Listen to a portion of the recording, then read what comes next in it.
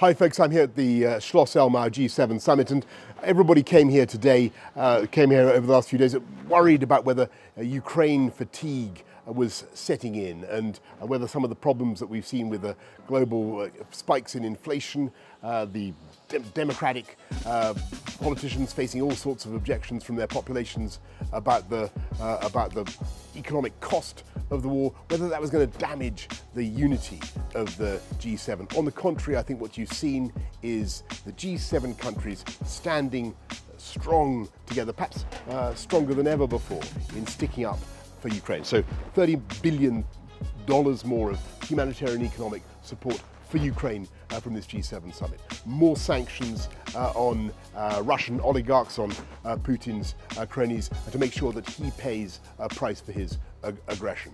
And doing whatever we can now to help people around the world to shoulder the cost and make sure that they are able to bear the cost of what is happening.